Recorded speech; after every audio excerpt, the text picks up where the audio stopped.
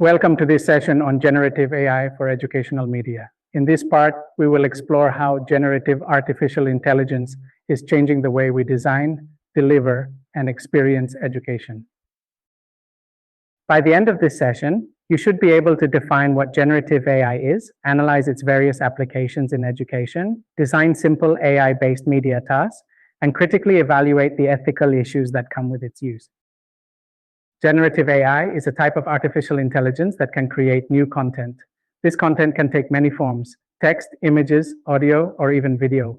Some well-known tools include ChatGPT for text, DALL-E for images, and Runway for multimedia creation. The integration of AI in education brings several advantages. It helps automate repetitive tasks such as grading. It can personalize learning experiences for students, and it can also support both teachers and learners in becoming more creative.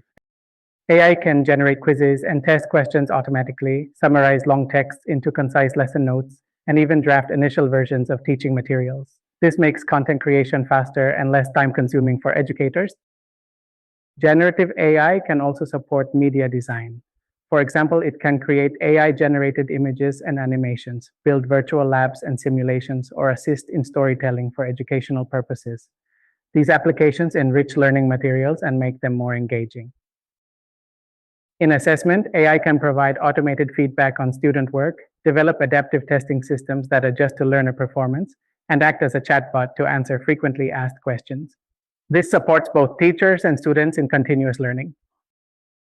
The benefits of generative AI include greater efficiency for educators, higher levels of engagement for students, and the scalability of content, meaning that once created, materials can be easily adapted or expanded for different learners. However, AI also presents risks. It can raise concerns about plagiarism and academic honesty. Data privacy is another critical issue, especially when sensitive information is involved. In addition, AI may produce biased content if not carefully monitored. In Indonesia, AI is already being applied in several contexts. Universities are using AI-based plagiarism detection systems. E-learning platforms are beginning to integrate AI tools, and some institutions are experimenting with AI for administrative and teaching support. The rise of AI changes the teacher's role from being the sole content provider to becoming a curator and guide. Instruction becomes a blend of human and AI support, with educators focusing more on developing students' higher-order thinking skills. Through learning about AI, educators gain understanding of both the potential and risks of these technologies, acquire the ability to integrate AI tools into their practice, and develop skills for using AI ethically and responsibly. Compared to traditional media, AI-generated media offers clear distinctions. Traditional work is manual, while AI automates processes. Traditional content is often generic, while AI can personalize. And traditional media is static, whereas AI content can adapt to learners. Now, let's try a simple activity. Use an AI tool to generate a set of quiz questions for a topic you teach. Review the AI-generated output carefully, then revise it to ensure accuracy and ethical use before considering it for actual classroom use.